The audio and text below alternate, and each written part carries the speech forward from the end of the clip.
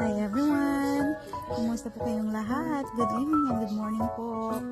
Yan, magmukbang po tayo ng star fruit at saka dragon fruit.